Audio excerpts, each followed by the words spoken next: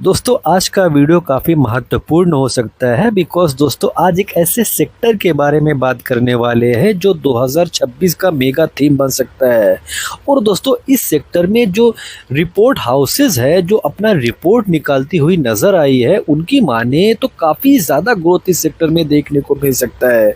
आप I mark group को देखेंगे तो इनका जो रिपोर्ट आया है वो ये बता रहा है कि इस सेक्टर में 39% के आसपास का कैगर रह सकता है। 2025 से 2033 तक जो ग्रोथ निकल सकता है वो 39% का रह सकता है। वहीं पर मार्कनेट एडवाइज़र जो रिपोर्ट हाउस है, यहाँ से जो रिपोर्ट निकाला गया है वो दोस्तों ये बता रहा है कि 25% के कैगर के हिसाब से ग्रो कर सकता है। वहीं पर अगर आप द रिपोर्ट क्यूब की माने तो ये जो सेक्टर है, ये सेक्टर 47% के कैगर के हिसाब से 2026 से लेकर 2034 तक ग्रो कर सकता है।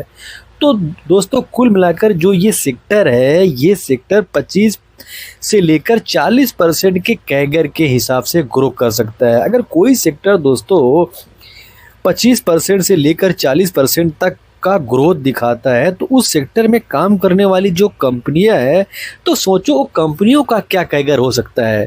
तो ये सेक्टर एक ऐसा सेक्टर है जिस पर हमें रिसर्च करना चाहिए, स्टडी करना चाहिए बिकॉज दोस्तों जो ये इसमें ग्रोथ क्यों हो सकता है ये जानना बेहद ज़रूरी है।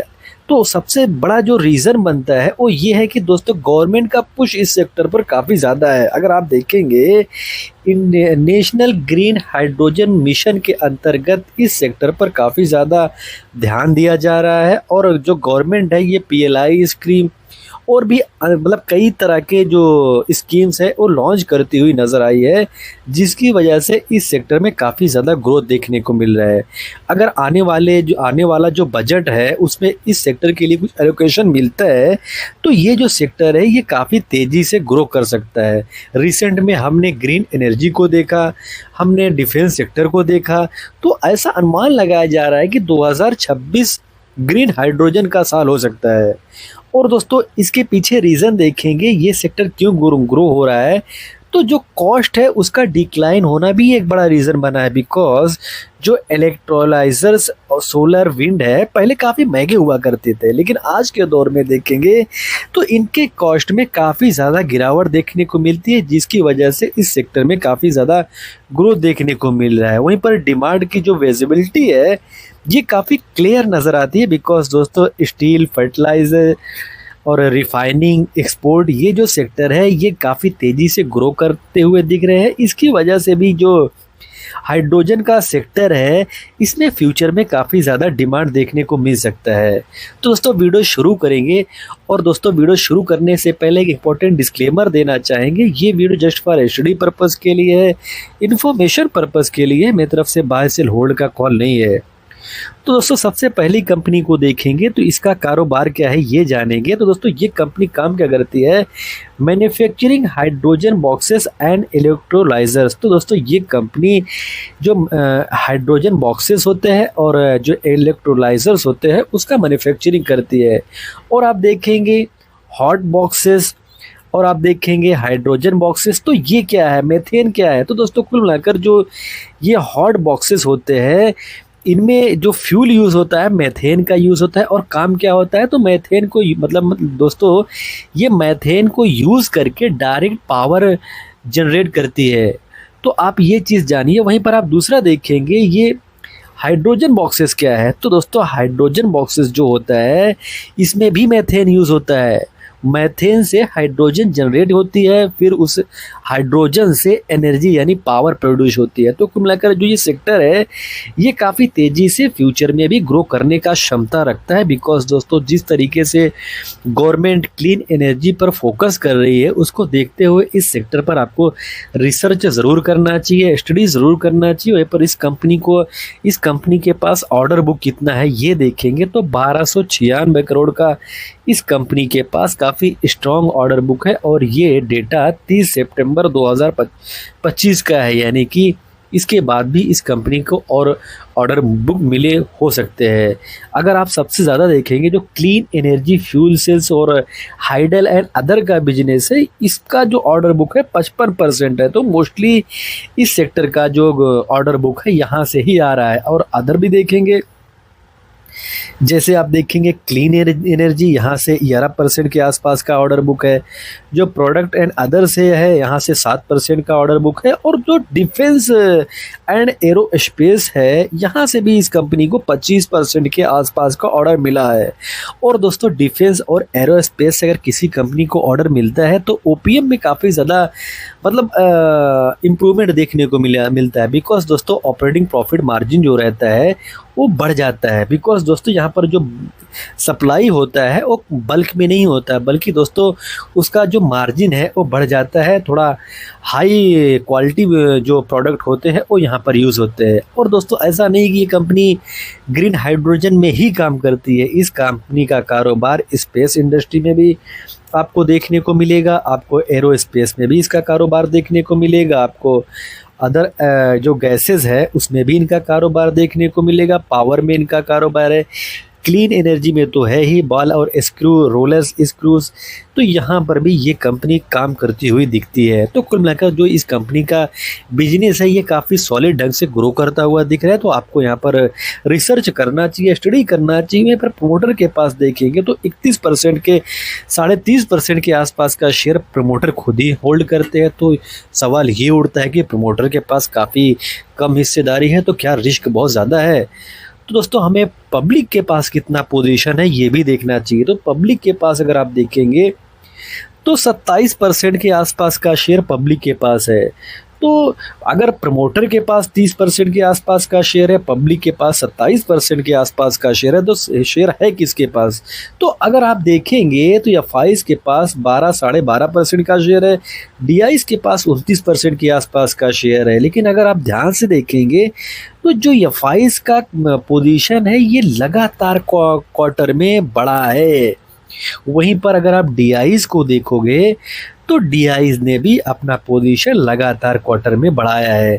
तो ये एक अच्छी बात है कि एफआईज और डीआईज दोनों लगातार इस कंपनी में एक्यूमुलेशन करते हुए नजर आ रहे हैं और क्वार्टर बाय क्वार्टर इनका जो पोजीशन है ये बढ़ता हुआ ही दिख रहा है। तो सवाल ये उठता है ना कि इनका पोजीशन तो एफआईज और डीआईज तो पोजीशन तो बढ़ा रहे हैं, लेकिन बेच कौन रहा है?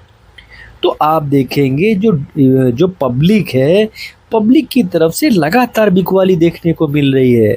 जब किसी कंपनी में पब्लिक लगातार बेचते हुए नजर आए तो हमें वहाँ पर सतर्क रहना चाहिए, हमें वहाँ पर रिसर्च करनी चाहिए, हमें वहाँ पर अगर हमारा पोजीशन ऐसी कंपनी में रहता है तो हमें वहाँ पर रीथिंक करना चाहिए और सोचना चाहिए कि क्या रीज़न है कि एफआईज और डीआईज पोजीशन बढ़ा रहे हैं और पब्लिक जो है वो बिकवाली करते हुए नजर आ रहे हैं। और दोस्तों अगर आपको वीडियो इन्फॉर्मेटिव लग रहा है तो चैनल को अगर अभी तक आपने सब्सक्राइब नहीं किया है तो सब्सक्राइब भी कर लीजिए।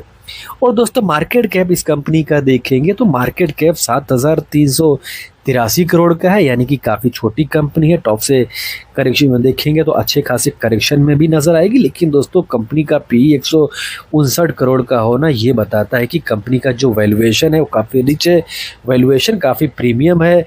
लेकिन दोस्तों ये चीज़ जानिए कि कंपनी के पास जो ऑर्डर बुक है और कंपनी का जो फ्यूचर दिखता है इसकी वजह से इस कंपनी का जो पी है काफ़ी महंगा नज़र आ रहा है।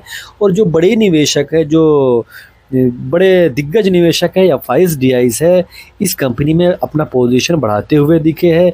वही रीज़न है कि दोस्तों इसका पी काफ़ी महंगा हो चुका है। लेकिन जो ग्रोथ का रफ्तार है उनको लगता है कि जो ऑर्डर बुक है, ऑर्डर बुक ये एग्जीक्यूट करेगी कंपनी, तो ये जो पी है ये नीचे आ सकता है।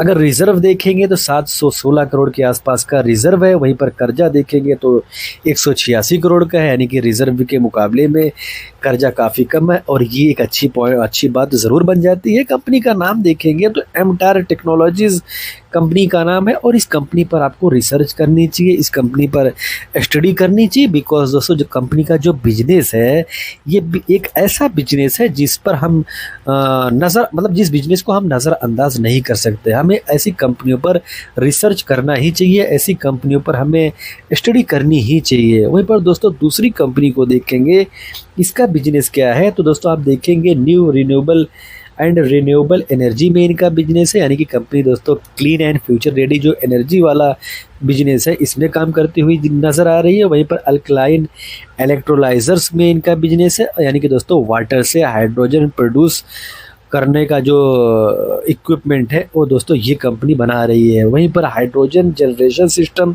तो ये क्या है, यानी कि दोस्तों एंड टू एंड सिस्टम जो हाइड्रोजन बनाने, स्टोर करने एंड यूज़ करने में मदद करता है, वो पूरा सिस्टम ये कंपनी रेडी करती है। वहीं पर हाइड्रोजन रिफ्यूलिंग स्टेशन, तो ये क्या है, तो दोस्तों अगर आप देखेंगे जो व्हीकल्स होते हैं, जो हाइड्रोजन वाले व्हीकल्स होते हैं जैसे बस, ट्रक, कार, उनके लिए दोस्तों फ्यूल स्टेशन ये कंपनी बनाती है। अगर बेस का बिजनेस देखेंगे यानी कि बैटरी एनर्जी स्टोरेज सिस्टम्स, तो दोस्तों ये भी सेक्टर काफ़ी तेज़ी से ग्रो कर रहा है। जो बेस का बिजनेस है इस पर किसी वीडियो में एक मतलब इस पर ही पूरा वीडियो बनाएंगे, डेडिकेटेड वीडियो बनाएंगे, बिकॉज दोस्तों ये सेक्टर, ये सेगमेंट फ्यूचर में ग्रो कर सकता है। बिकॉज दोस्तों जो ग्रीन एनर्जी वाली कंपनियां हैं वो अपना जो एनर्जी जनरेट कर रही है तो उस एनर्जी को उनको स्टोर भी करना पड़ेगा, तो वो स्टोर कहाँ करेंगे, तो ऐसे में पिक्चर में आता है बेस यानी कि बैटरी एनर्जी स्टोरेज सिस्टम। तो ऐसे सेक्टर में जो कंपनियां काम कर रही हैं, जो कंपनियां अपना बेस खड़ा करती हुई दिख रही हैं, हमें वहाँ पर रिसर्च करना चाहिए। बिकॉज ये एक ऐसा सेगमेंट है जहाँ पर फ्यूचर में काफ़ी बड़ा मतलब पोजीशन देखने को मिल रहा है, काफ़ी धमाका इस सेगमेंट में हो सकता है। और दोस्तों इस कंपनी का बिजनेस देखेंगे, OFC जो केबल्स होते हैं उसमें इनका बिजनेस है। अगर आप देखेंगे जो इलेक्ट्रिक का खंभा होता है उसमें देखेंगे ये जो प्रोडक्ट यूज़ होता है जिसमें तारें लगी रहती है वो ये कंपनी बनाती है। और भी देखेंगे जैसे OPGW यानी कि ऑप्टिकल फाइबर ग्राउंडेड वायर्स, ये वायर्स एक ऐसे वायर्स होते हैं जिसमें से दोस्तों करंट भी पास होता है और जो कम्युनिकेशन होता है वो भी ये कराती है। वहीं पर ERS यानी कि दोस्तों इमरजेंसी रेस्टोरेशन सिस्टम्स, तो ये क्या है, ERS क्या है, अगर इसको जानेंगे यानी कि दोस्तों लाइन गिर जाए, फॉल्ट हो जाए तो टेम्पररी पावर को रीस्टोर करने का जो सिस्टम है यानी कि फास्ट रिकवरी सोल्यूशन जो है उसमें भी इनका बिजनेस है। आप देखेंगे स्ट्रिंगिंग टूल्स, तो ये क्या होता है, यानी कि दोस्तों ट्रांसमिशन लाइन लगाने और पुल करने के लिए जो स्पेशल टूल्स और इक्विपमेंट लगते हैं उसमें इनका बिजनेस है। ACS वायर्स देखेंगे जैसे एल्युमिनियम क्लैड एंड स्टील, तो ये क्या है इसको जानेंगे, यानी कि दोस्तों स्ट्रॉन्ग एंड ड्यूरेबल जो वायर होते हैं, हाई वोल्टेज ट्रांसमिशंस लाइन में यूज़ होते हैं, वो वायर भी ये कंपनी बनाती है। और भी कुल मिलाकर आप देखेंगे तो इसी इलेक्ट्रिक से रिलेटेड इनका बिजनेस है, तो आपको इस पर रिसर्च करना चाहिए। आप इनका बिजनेस देखेंगे, इलेक्ट्रिक व्हीकल्स चार्जिंग में भी इनका बिजनेस है, ग्रिड स्टेबलाइजेशन में भी इनका काम है, बिल्डिंग एनर्जी मैनेजमेंट में भी इनका काम है। तो कुल मिलाकर जो इनका बिजनेस है वो काफ़ी तेज़ी से ग्रो कर रहा है और इनका जो बिजनेस का पोर्टफोलियो है वो काफ़ी स्ट्रॉन्ग है और फ्यूचरिस्टिक है। अगर आप इन देखेंगे जो ग्रीन एनर्जी वाली कंपनियां हैं, जो EPC का काम होता है, ये कंपनी EPC के भी काम में अपना योगदान देती हुई नज़र आ रही है। और ऑर्डर बुक देखेंगे सितंबर 2025 तक इस कंपनी के पास 1070 करोड़ के आसपास का ऑर्डर बुक है, यानी कि ऑर्डर बुक काफ़ी स्ट्रांग है। और प्रमोटर के पास देखेंगे तो 66-67% का पोजीशन प्रमोटर खुद ही बना कर रखे हैं, यानी कि दोस्तों प्रमोटर अगर किसी भी कंपनी में पोजीशन अपना मजबूत बना कर रखते हैं तो हमें एक ऐसा मतलब थोड़ा भरोसा आता है कि इस कंपनी में कुछ अच्छा हो सकता है। बिकॉज जो प्रमोटर है उनका पोजीशन भी काफ़ी स्ट्रांग है।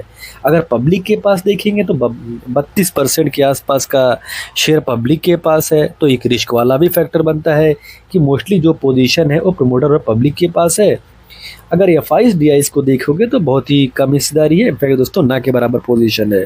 हाँ, एक अच्छी बात ये है कि कर्जे के मुकाबले में रिजर्व काफ़ी मजबूत है। जब किसी भी कंपनी में कर्जे के मुकाबले में रिजर्व स्ट्रांग हो और कंपनी का मार्केट कैप भी छोटा हो तो हमें वहाँ पर डीपली रिसर्च करनी चाहिए। और टॉप से करेक्शन देखेंगे तो टॉप से एक अच्छे खासे करेक्शन में भी ये कंपनी नज़र आएगी। कंपनी का दोस्तों अगर आप बिजनेस देखेंगे फ्यूचरिस्टिक है, लगातार अपना प्रोडक्ट पोर्टफोलियो कंपनी बढ़ाती हुई दिख रही है। और इस कंपनी का PE देखेंगे तो गिरावट में इस कंपनी का PE 37 के आसपास का पहुंच चुका है। तो हमें इस कंपनी पर रिसर्च करनी चाहिए, हमें इस कंपनी को अभी नज़रअंदाज नहीं करना चाहिए। गिरावट में है तो रिसर्च करना ही चाहिए। और अद्वैत एनर्जी ट्रांसमिशन लिमिटेड कंपनी का नाम है। तो ये भी कंपनी दोस्तों फ्यूचरिस्टिक सेगमेंट में काम कर रही है, तो इस कंपनी पर भी हमें रिसर्च ज़रूर करना चाहिए। वहीं पर दोस्तों तीसरी कंपनी को देखेंगे, जो लिक्विड हाइड्रोजन स्टोरेज टैंक्स होते हैं। आप देखेंगे ये टैंक्स कई जगह पर यूज़ होते हैं, जैसे आप देखेंगे एलएनजी डिस्पेंसर में यूज़ होता है। आप और भी तरीके से देख सकते हैं, जैसे क्रायोजेनिक बायोलॉजिकल स्टोरेज में देखेंगे। तो कुल मिलाकर ये जो सेक्टर है या ये जो टैंक होता है, ये हर एक कंपनियां नहीं बना पाती है। अगर आप सोचेंगे कि ये काफ़ी इजी बिजनेस है, नहीं दोस्तों, बिकॉज़ ये काफ़ी मुश्किल काम है। इसमें जो इस टैंक में प्रोडक्ट यूज़ होते हैं वो काफ़ी रिफाइंड होते हैं और काफ़ी स्ट्रॉन्ग होते हैं, और ये हर एक कंपनी करके ऐसा दे पाए, ये ना कि मतलब बहुत ही मुश्किल है। तो कुछ गिनी चुनी कंपनियां इस सेगमेंट में काम करती हैं, उनमें से दोस्तों एक कंपनी ये है। और इसका प्रमोटर के पास इस कंपनी में देखेंगे तो 75% का पोजीशन है। तो एक कंपनी में प्रमोटर मैक्सिमम 75% का पोजीशन बना सकता है। तो इस कंपनी में अगर आप देखेंगे तो मैक्सिमम पोजीशन प्रमोटर अपना बनाकर रखे हुए है, यानी कि 75% प्रमोटर के पास या होल्डिंग है। या फाइज डीआईज के पास भी अच्छी होल्डिंग है। इनफैक्ट दोस्तों अगर आप नज़र दौड़ाएंगे, जो या फाइज है अपना पोजीशन लगातार बढ़ाते हुए नजर आए हैं। डीआईज को देखोगे तो डीआईज भी अपना पोजीशन लगातार बढ़ाते हुए ही दिखे हैं। अगर आप ध्यान से देखेंगे तो इस कंपनी में भी पब्लिक का जो पोजीशन है ये लगातार घटता हुआ नज़र आ रहा है। तो हमें इस कंपनी पर भी रिसर्च करना चाहिए, इस कंपनी पर भी स्टडी करना चाहिए। स्मॉल कैप टाइप की कंपनी है, टॉप से अच्छे खासे करेक्शन में है, तो हमें यहाँ पर भी रिसर्च करने की ज़रूरत है। वहीं पर दोस्तों जिस कंपनी का मार्केट कैप 10,000 करोड़ के आसपास का हो, अगर उस कंपनी के पास रिजर्व में लगभग 962 करोड़ हो और कर्जा 99 करोड़ का हो, तो ये हमें जान जाना चाहिए, हमें समझना चाहिए कि कंपनी के पास काफ़ी स्ट्रॉन्ग रिजर्व है, उसके मुकाबले में कर्जा काफ़ी कम है। आइनॉक्स इंडिया कंपनी का नाम है। तो हमें इस कंपनी को नज़रअंदाज नहीं करना चाहिए, बिकॉज आइनॉक्स ग्रुप जो है ये काफ़ी फेमस ग्रुप इंडिया का माना जाता है। तो तीनों कंपनियों का दोस्तों जो बिजनेस है वो फ्यूचरिस्टिक है। और एक चीज़ और जानिए, जो फ्यूचरिस्टिक सेगमेंट होता है, जो फ्यूचरिस्टिक सेक्टर होता है, यहाँ पर दोस्तों रिस्क भी उतना ही ज़्यादा होता है। जितना वेल्थ बनाने का संभावनाएं होती है, अनुमान होता है, उतना दोस्तों वेल्थ गंवाने का भी आपको क्षमता रखनी चाहिए। बिकॉज दोस्तों यहाँ पर रिस्क काफ़ी ज़्यादा होता है, रिवार्ड का जो पोटेंशियल होता है ये भी काफ़ी ज़्यादा होता है। तो दोस्तों वीडियो क्लोज करेंगे उससे पहले एक इंपॉर्टेंट डिस्क्लेमर देना चाहेंगे। ये video just for study purpose के लिए, इन्फॉर्मेशन पर्पज़ के लिए, मेरी तरफ से कोई बाय सेल होल्ड का कॉल नहीं है। अगर आपको वीडियो इन्फॉर्मेटिव लगी हो तो वीडियो को लाइक कमेंट शेयर कर दीजिए और अपने दोस्तों के साथ शेयर भी कर दीजिए। चैनल को सब्सक्राइब ना किया और सब्सक्राइब भी ज़रूर कर लीजिए। मिलते दोस्तों किसी नए वीडियो में एक और इन्फॉर्मेटिव इंटरेस्टिंग टॉपिक के साथ। तब तक के लिए दोस्तों हैप्पी इन्वेस्टिंग।